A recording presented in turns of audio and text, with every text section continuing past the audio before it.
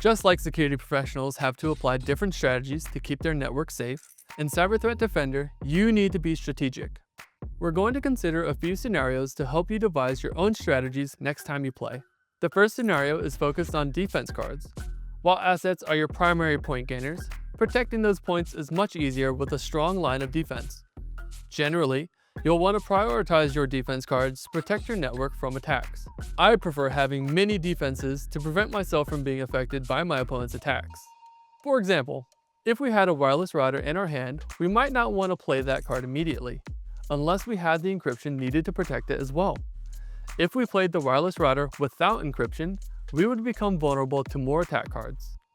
You can play event cards at any time, but playing them with the right strategy can be the difference between a good move and a game-winning one.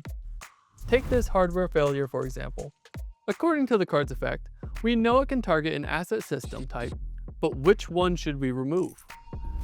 The desktop computer with the budget increase attached to it would be the prime target because it will generate 2 points, while the desktop computer with no cards attached only generates 1 point. This might seem like a lot of info up front, but it's worth it, and we promise you'll get the hang of it. And when you do, we hope you'll love playing this game as much as we do. You can always find additional insights into all things CTD at cyberthreatdefender.com. Thanks for playing.